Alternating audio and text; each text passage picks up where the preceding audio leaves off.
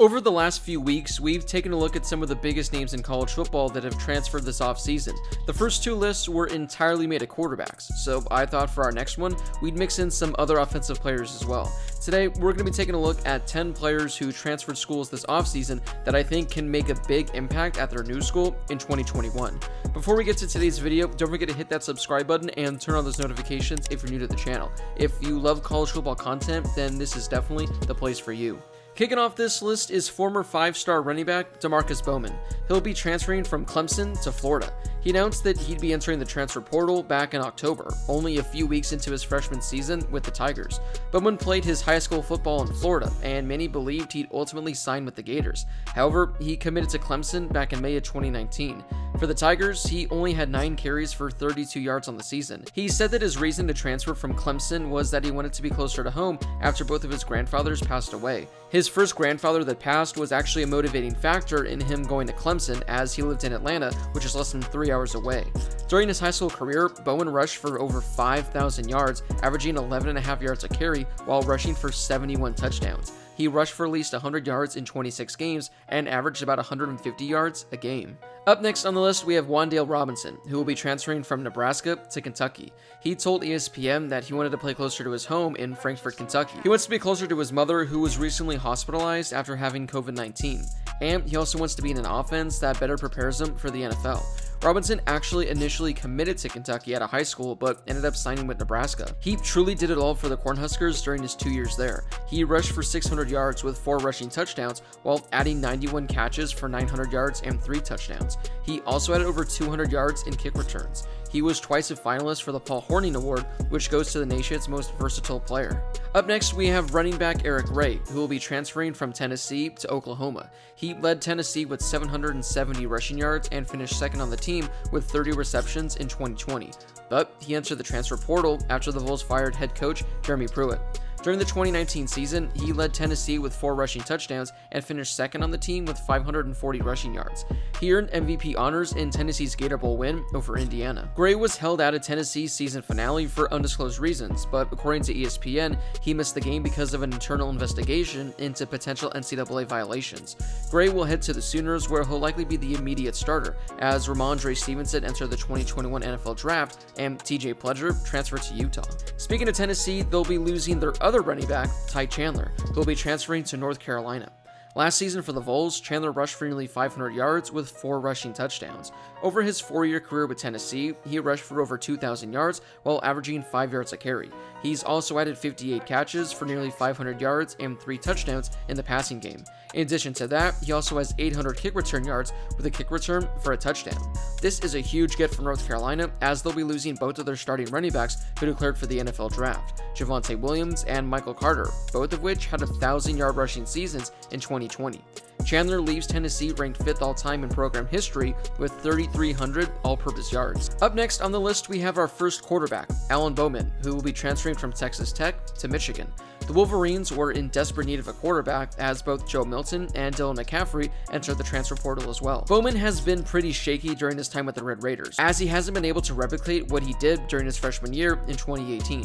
During his first season with the Red Raiders, he threw for over 2,600 yards in only 8 games with 17 passing touchdowns, all while completing 70% of his passes. He appeared in only 3 games in 2019 and then struggled in 2020. Last season, he played in 8 games but threw for 1,000 fewer yards than he did his freshman year. He also threw only 10 touchdown passes and had 7 interceptions. Now, the potential is definitely there with Bowman, as he's displayed it in multiple games.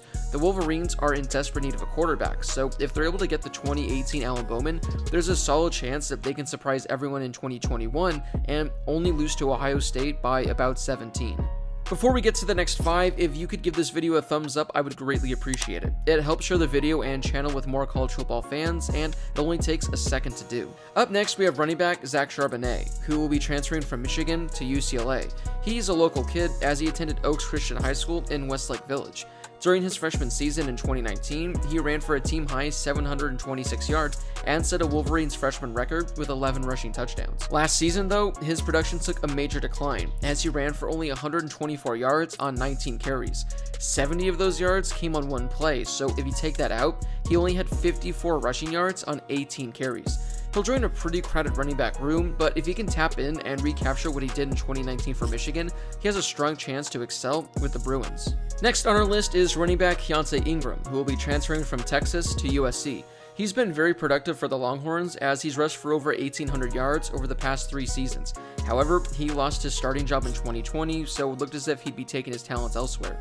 During his first 2 seasons with Texas, he rushed for nearly 1,600 yards with 15 rushing touchdowns, while adding 56 catches for over 400 yards and 5 touchdowns.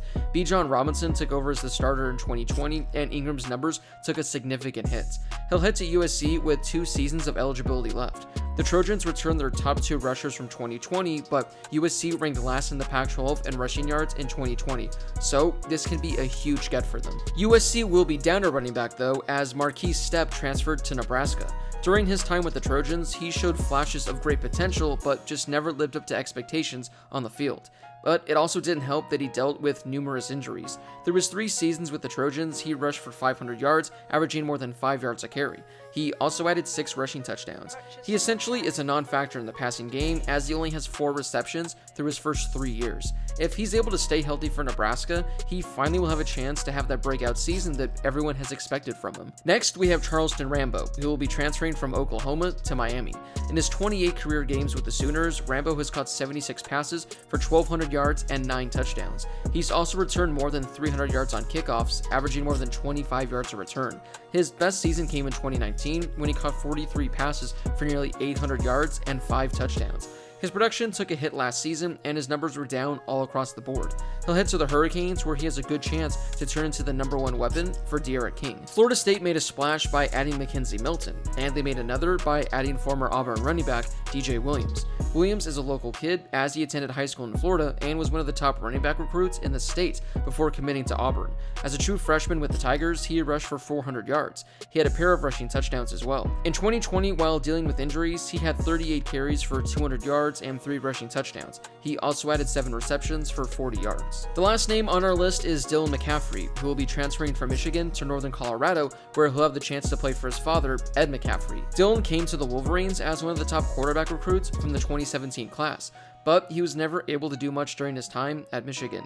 He attempted only 15 passes in 2018 and suffered a broken collarbone that shortened his season. He was a backup to Shea Patterson in 2019 and attempted only 20 passes. Prior to the start of the 2020 campaign, McCaffrey announced his intentions to transfer. Northern Colorado recently announced it will not participate in the Big Sky spring season and championship season, but will instead pursue a modified non-conference schedule late in the spring. Ed McCaffrey will add his son to the roster with 2 years of eligibility remaining, and because Dylan McCaffrey is transferring from an FBS team to an FCS team, he's eligible to play immediately. Well, that wraps up this top 10 list. Which one of these players do you think is going to make the biggest impact at their new school in 2021? Drop a comment down below. Was there a player not on this list that you think will make an impact next season? Drop a comment down below, and I very well could do another top 10 video going over the players you pick. If you haven't done so yet, don't forget to hit that subscribe button and turn on those notifications. I post college football content almost every day, so if you're a big college football fan, then this is definitely the place for you.